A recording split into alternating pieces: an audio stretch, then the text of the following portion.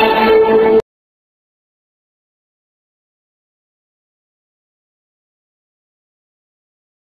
help our sponsorship and volunteer companies and take the time to meet me someday so I can present the wonderful construction resources of New York City and the metro area that can assist you and your clients. Tonight's event, for all of your wonderful members of the Society of Colombian Architects of New York, our welcome guests, the incredibly gracious and giving sponsors, all of you who aided in this event behind the scenes, and our honored special guest and presenter for this evening, Samuel Botero, would likely not be here tonight without the consistent support of SCANY and its president, Adriana Larroche. Thank you, Adriana, for embracing and supporting this venture to bring you all together tonight to honor and learn from Samuel Botero, to greet old friends, make new ones, and perhaps find some very valuable business contacts. The basic fact of life is that it costs money to organize and produce an event like this evening.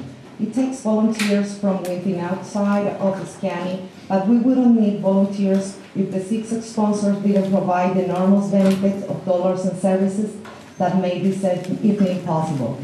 I encourage each of you to reach out tonight to meet and thank these generous companies, and when the opportunity arises, think of them to assist your work as they represent some of the best contractors and service providers in New York City.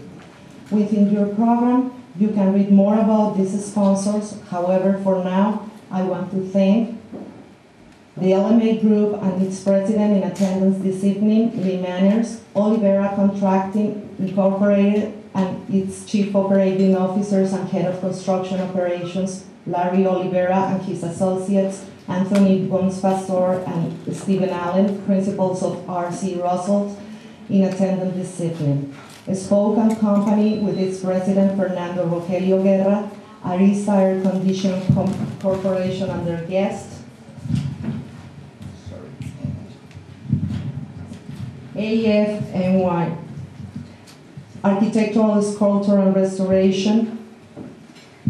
And I want to say a special thank you for the persons that they were helping us out in a very, very great way, like Hopkins Vineyard with Mr. Jorge Criollo, the Buruano Group with Mr. Anthony Buruano, TDS Technical Digital Services with Mr. William Sanchez, Berta Vine, and Esperanza Marandi. And thank you very much, all of you, and let me introduce you one of the most exciting designers in our century, one of the persons that we really love from the deep of our hearts as a Colombians. We are very proud to introduce him. Samuel Botero. There was no purpose for this evening if Samuel Botero had not accepted our invitation to be here as our honored guest speaker and presenter.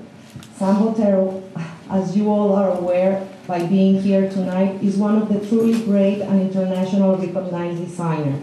Sam is probably both a son of New York City in the United States of America and a son of Colombia, South America. Tonight, we will be favored by Mr. Botero's presentation of his works and insights into his world of design. Without further introductions, it's SCANY, and I welcome Samuel Botero, a man of genius and graciousness. Please give a New York City welcome to Samuel Botero.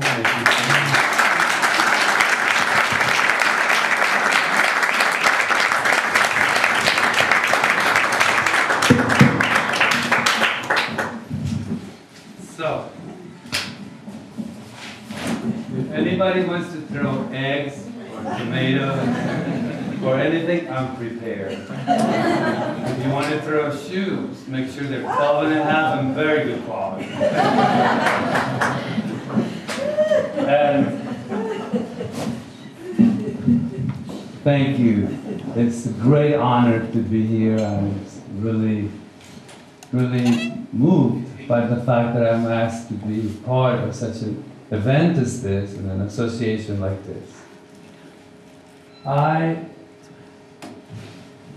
am Sam Botero. That is Sam Botero. Sam Botero at the age that I came into this country. 13 and a half years old, that was my passport picture. And that's the kid that I have in my heart and that I create from and that I draw from. And that's the most important tool that I have in building a career. Building a career is something that happens from the very beginning of your life.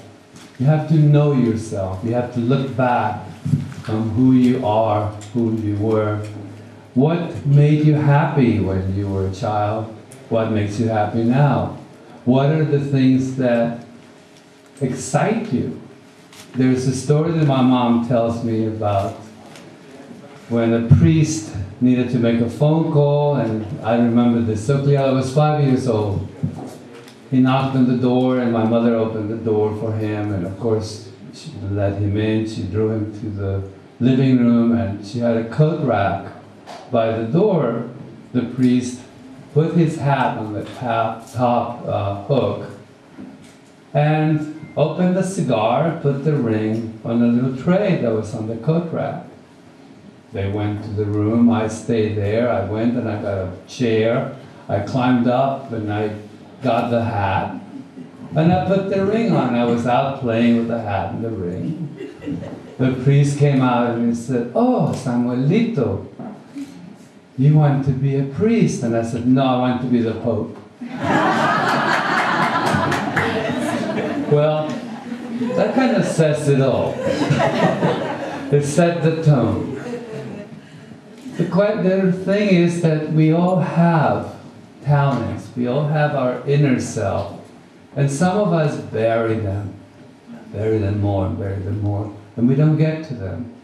But that ambition that that little boy had is an ambition that has served me very well in building my career.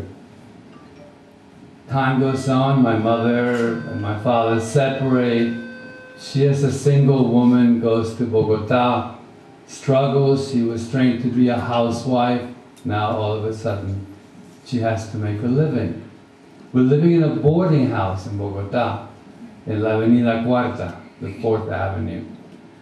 And my mom manages to get a job in Los Ministerios, the government offices, and she puts me in the best school, and we always are dressed in the best clothes, the shoes that I want.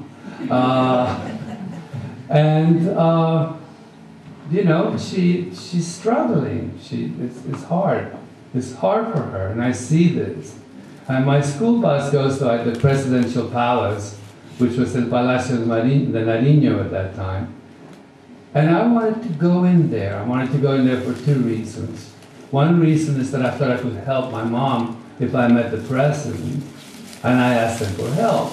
Because I thought that every morning he had this machine that was like a roll that he cranked, and money came out. And I thought, well, maybe some money will drop on the floor and he'll give me some money to help my mom. There was no such machine. First big disappointment of my life. Then I continue and thinking, well, I really want to see what the presidential palace looks like. What does it look like? Is it like a palace? I asked the teacher in school, 1st grade, to help me write a letter to the president. And hermano Juanito, he was a Christian brother, he said, he's never going to answer you, don't set yourself up with disappointment, forget about it.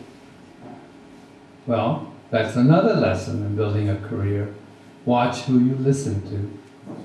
Because I took that lesson that he gave me, I took that statement that he made and I ignored it. I went, I got a stamp, an envelope, some paper, and I wrote a letter to the president. I told him I was a very clean little boy, I will not dirty his chair, which I thought was a throne, and that I wanted to see the presidential palace, could he please grant me that?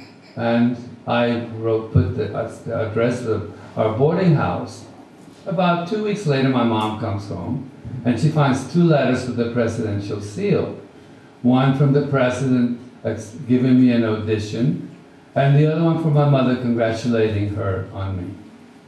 Well, I went to the presidential palace, And I have the photographs, I didn't bring them today, but I'm sitting in the presidential desk. It's not a throne. I thought you walked up some steps, and there was a gold chair. But little did I know the difference between a president and a king. But it was fine, it was great, I accepted that. It was photographed with all the newspapers.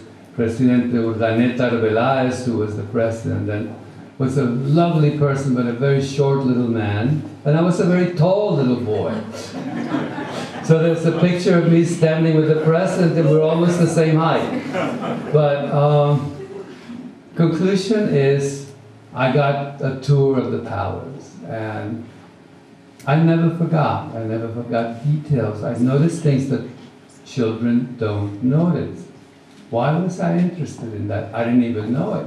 I didn't even realize I was interested, but I learned a lot. I came out to school the next day, and I was in every newspaper in the country. I was interviewed in the radio. I became a semi-celebrity, and every kid in school hated me. So I learned about fame. And do you really want it? Is that something that you really want? Is that a motivation? For some people it is. For me it was, to a point. But what really was the motivation for me with design was the fact that I, without knowing, had a knack for it. I was able to go into a room and I will immediately know what to move where in order to make the room better. And I usually didn't keep my mouth shut, so people were always hating when I came because they were moving everything around. They also asked, my mother's friends would let me loose in a store and would ask me to shop for them and for a gift for so-and-so. And I automatically knew what to go get and what that person would want. It sounds like what I do today. But at that time, I didn't realize it. I just did it. I just knew what to do. I went places and I thought it would be better as a different color.